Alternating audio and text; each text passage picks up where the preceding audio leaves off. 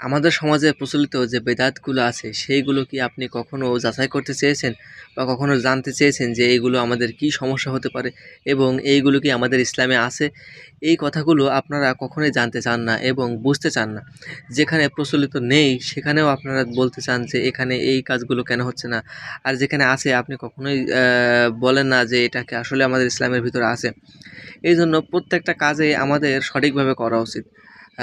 আর অন্তত নামাজের ভিতরে তো আসলেই আমাদের অবশ্যই আমরা প্রত্যেকটা কাজে যেমন খুঁটিয়ে, খুঁটিয়ে দেখি যে আমাদের এই কাজগুলো আমাদের হবে কিনা এবং এই কাজগুলো আমাদের সঠিক হবে কিনা।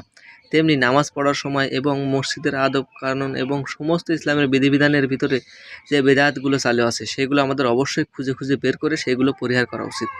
এজন্য অবশ্যই বেদাত সম্পর্কে জানতে হবে।